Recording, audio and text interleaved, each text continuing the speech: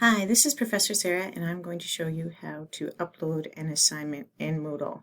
So you're on your course page, and you know that an assignment is due because you see a hand holding a piece of paper.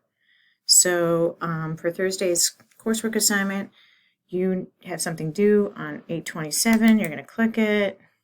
You're going to read the assignment. In this case, you're asked to look carefully at an abstract and write a few sentences about what you think the research is about. After you read carefully and do your assignment, you're going to submit it on Moodle. So you move down to where it says Add Submission.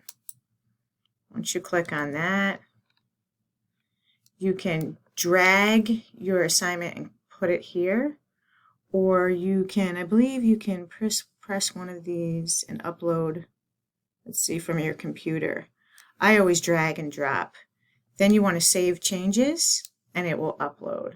So let's see if I can show how to drag and drop. Let's see, I'm just going to find, so, see, you go like this and drop it in there and then click Save Changes and it'll upload. Okay, so I hope this screenshot helps you understand how to submit your assignment in Moodle. Let me know if you have any questions. Thank you.